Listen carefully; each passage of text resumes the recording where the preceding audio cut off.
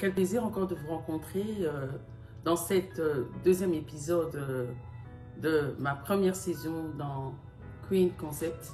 C'est un plaisir et je ne manquerai pas de commencer cette émission sans vous souhaiter une bonne année. Je vous souhaite une année pleine de concepts, une année pleine de plaisir, une année où, en tant que reine, vous porterez toujours votre couronne et vous allez toujours avancer. Je pense que la Bible est claire dans ce sujet. Elle veut que vous marchiez de gloire en gloire. Et je sais que la gloire qui vient en 2022, elle sera incomparable à la gloire que vous avez reçue en 2021, car il est dit que la gloire de la deuxième maison est plus grande que la gloire de la première maison. Aujourd'hui, nous allons parler d'un sujet qui est aussi important, qui entre toujours dans notre sujet d'introduction. C'est un peu définir cette queen-là. Pourquoi on parle de Queen Concept? Queen, qu'est-ce que ça veut dire? Pourquoi je mets K et je ne mets pas Q? Donc, Queen Concept, quand je regarde cette queen, c'est cette reine-là. C'est cette reine-là définie par toi-même, pas cette reine-là définie par le monde. C'est pour ça que j'ai mis un K. Et concept, ce sont des concepts que tu dois adopter qui va à ta personne, pas des concepts donnés par le monde. C'est comme ça, dans Queen Concept, pour cette première saison, la deuxième épisode, nous allons d'abord définir qu'est-ce qu'une reine. Comment le monde définit une reine. Ici, j'ai retenu 3 définitions de la reine. Dans la première définition, c'est une définition historique. On dit qu'une reine, c'est une femme qui est à la tête d'un royaume, donc à la tête d'une place bien déterminée où elle se présente comme une personne qui dirige, comme une personne qui a le bâton de commande. Ou alors, c'est son mari qui est le roi, qui a le bâton de commande et elle, par ricochet, assume ses responsabilités. Donc, cette reine-là, c'est celle qui est à la tête du royaume. C'est une femme de pouvoir, c'est une femme qui a de la force, c'est une femme qui doit prendre des décisions. La deuxième définition, c'est la reine qui se trouve dans le jeu d'échecs. Vous connaissez le jeu d'échecs? Le jeu d'échecs, c'est un jeu joué couramment par plusieurs personnes. Souvent, ce sont des adultes qui jouent ce jeu-là, mais on a aussi adopté certains adolescents qui jouent à ce jeu. Mais quel est le rôle de la reine dans ce jeu? La reine a un rôle très, très puissant. Pourquoi on dit que la reine a un rôle très puissant dans ce jeu? C'est parce que dans ce jeu, la reine, elle peut mouvoir verticalement, elle peut mouvoir horizontalement, elle peut mouvoir obliquement. Et ce pouvoir qu'elle a de mouvoir lui donne la possibilité de contrôler plusieurs carrés dans le jeu d'échecs au même moment. C'est comme ça que la reine, elle a une place puissante dans le jeu d'échecs. La troisième et la dernière définition que je vais parler ici, c'est la définition de la reine, comment on définit la reine aux États-Unis. La reine, c'est une haute position qu'on donne à une jeune fille aux États-Unis qui a passé un contexte. Par exemple, ils ont souvent, à la fin de l'année, ils ont la fête des lauréats. Et quand on fête la fête des lauréats, on choisit une reine pendant cette soirée. C'est cette femme-là qui a marqué la soirée pendant ce jour-là qu'on lui donne le titre de reine. Ou bien alors, il y a des foires dans chaque village, dans chaque contrée.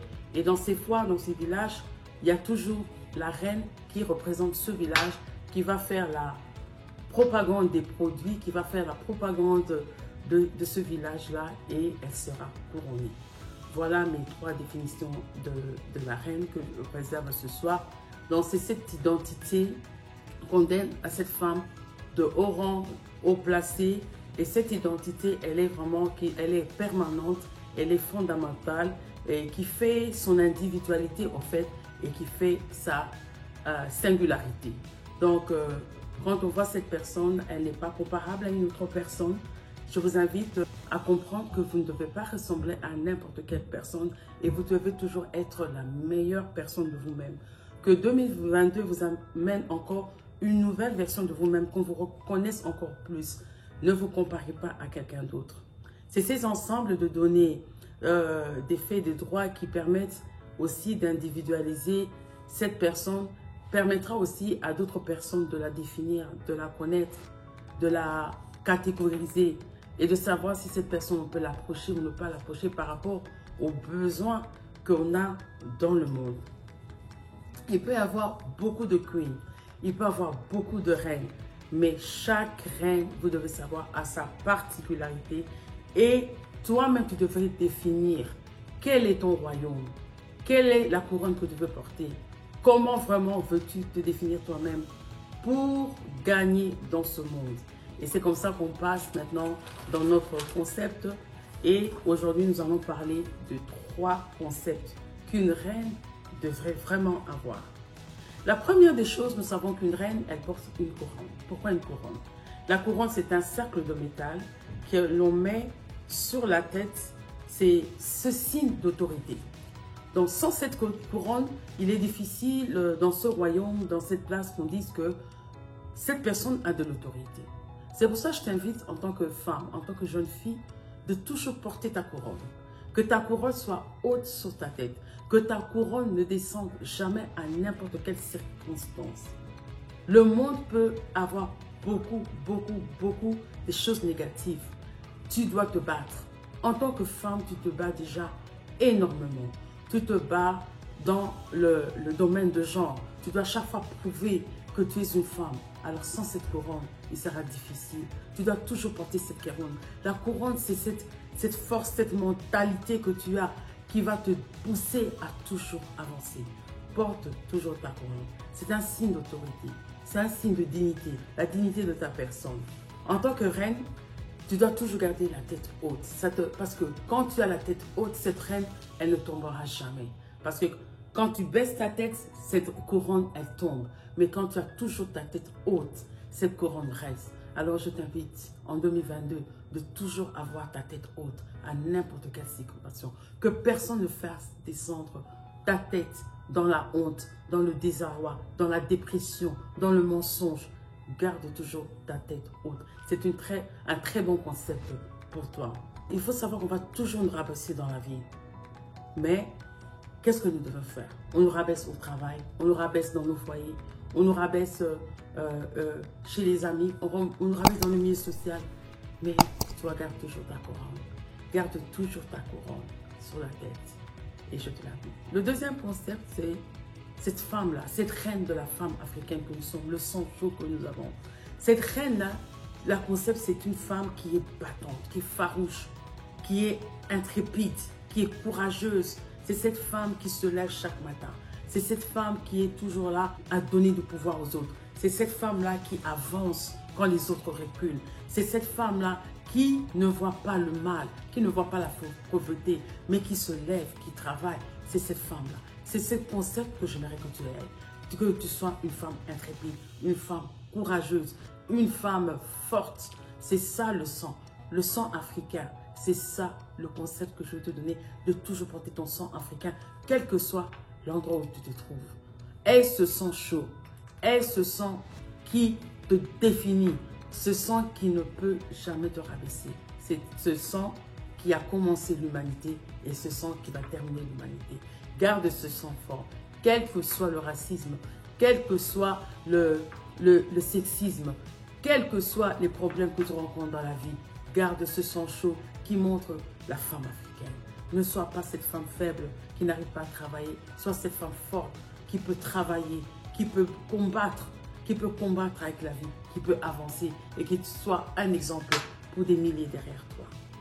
Le troisième concept et le dernier concept, c'est une reine n'abandonne jamais. La reine n'abandonne jamais. C'est ce concept que je voulais te donner. N'abandonne jamais, jamais, jamais dans ta vie. Elle prend des responsabilités. Elle assume ses échecs. Elle se révèle et gagne encore parce qu'elle sait que sans sa force, rien ne peut marcher. La reine, elle n'abandonne jamais. N'abandonne jamais les choses que tu as commencé. N'abandonne jamais les choses que tu es capable de faire. Quand tu commences quelque chose, avance, avance. Prends des leçons qu'il faut, mais avance. N'abandonne jamais. La peur, oui, elle viendra. Mais la peur, c'est une façon pour nous d'avancer. Et elle nous donne la force d'avancer. Elle nous donne la force de nous former et de nous forger afin de recevoir les choses que nous avons. Nous allons prendre l'exemple d'Esther. Parmi ces 3 concepts, nous allons prendre l'histoire d'Esther.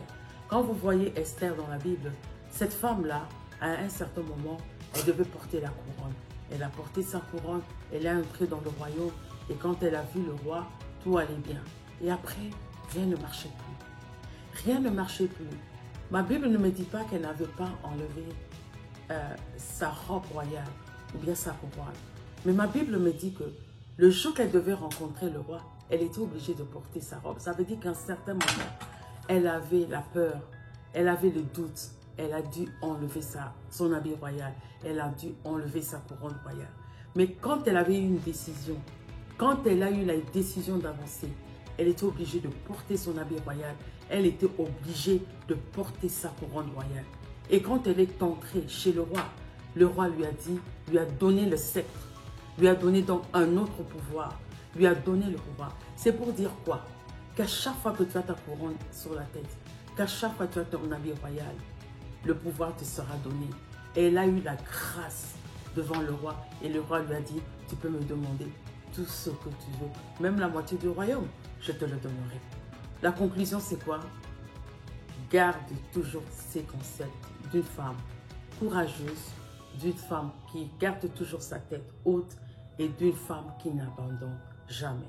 Voici, je t'ai présenté aujourd'hui 3 concepts avec lesquels tu vas marcher cette semaine. C'était Queen Lo de Queen Concepts pour votre deuxième épisode. Je vous remercie. Bonne année encore.